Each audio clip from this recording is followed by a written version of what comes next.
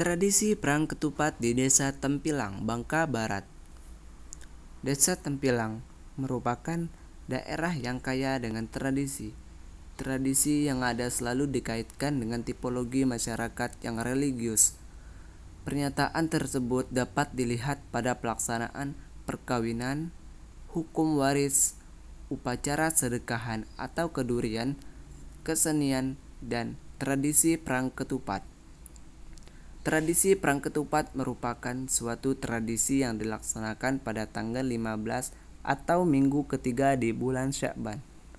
Tujuan diadakannya tradisi ini adalah untuk meminta keselamatan dan perlindungan kepada Tuhan Yang Maha Esa agar terhindar dari hal-hal yang tidak diinginkan oleh manusia.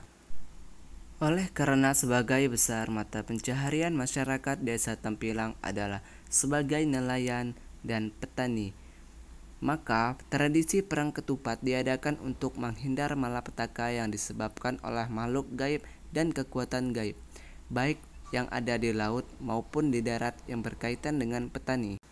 Para nelayan dan petani mempercayai adanya suatu alam gaib yang tidak tampak yang dihuni oleh makhluk gaib maupun kekuatan yang tidak dapat dilihat oleh manusia dengan cara-cara biasa. Makhluk dan kekuatan yang menduduki alam gaib itu dipercayai mampu memberikan pertolongan sekaligus sebagian penyebab terjadinya bencana. Untuk itu, masyarakat mengadakan ritual sebagai persembahan kepada yang gaib, yakni dalam bentuk tradisi perang ketupat. Upacara perang ketupat, menurut sejarahnya, semula diadakan untuk melakukan persembahan kepada penguasa laut. Akan tetapi, setelah masuknya agama Islam secara perlahan-lahan, upacara ini mengalami perubahan, baik dari segi tujuan maupun bentuk-bentuk ritual yang mulai bergeser, yakni memadukan unsur religius dengan budaya lokal.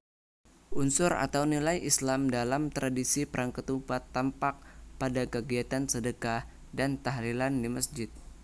Sedangkan unsur budaya lokal tampak pada prosesi tradisi perang ketupat.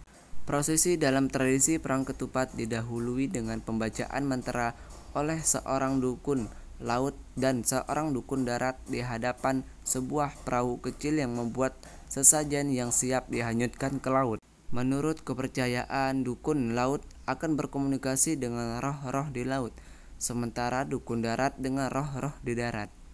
Para dukun atau orang pintar itu meminta kepada roh-roh baik agar selalu menjaga dan melindungi masyarakat dari malapetaka. Usai pembacaan mantra, ditampilkan tari burung kedidi. Tari tersebut menggambarkan kebebasan yang diperagakan oleh anak buah orang pintar. Atraksi dilanjutkan dengan perang ketupat yang pesertanya terdiri dari dua kelompok, satu dari pihak pengunjung dan satu dari pihak anak buah dukun. Masing-masing kelompok terdiri dari 10-15 orang yang berdiri berhadapan dengan bersiap saling melempar ketupat.